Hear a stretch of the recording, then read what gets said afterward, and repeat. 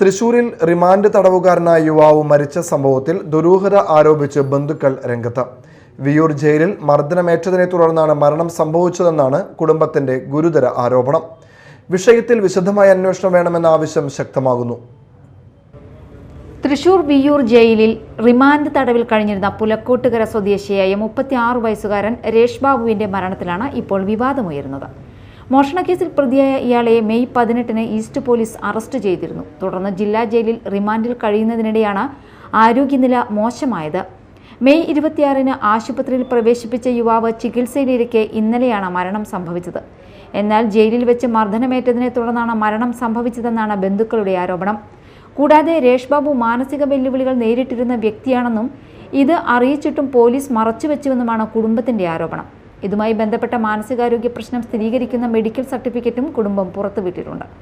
അതേസമയം മരണകാരണം സംബന്ധിച്ച് ഔദ്യോഗിക വിശദീകരണം ഇതുവരെ പുറത്തു വന്നിട്ടില്ല. സംഭവത്തിൽ വിശദമായ അന്വേഷണം ആവശ്യപ്പെട്ട് ബന്ധുക്കൾ രംഗത്തെത്തിയിട്ടുണ്ട്. Media time, Thrissur.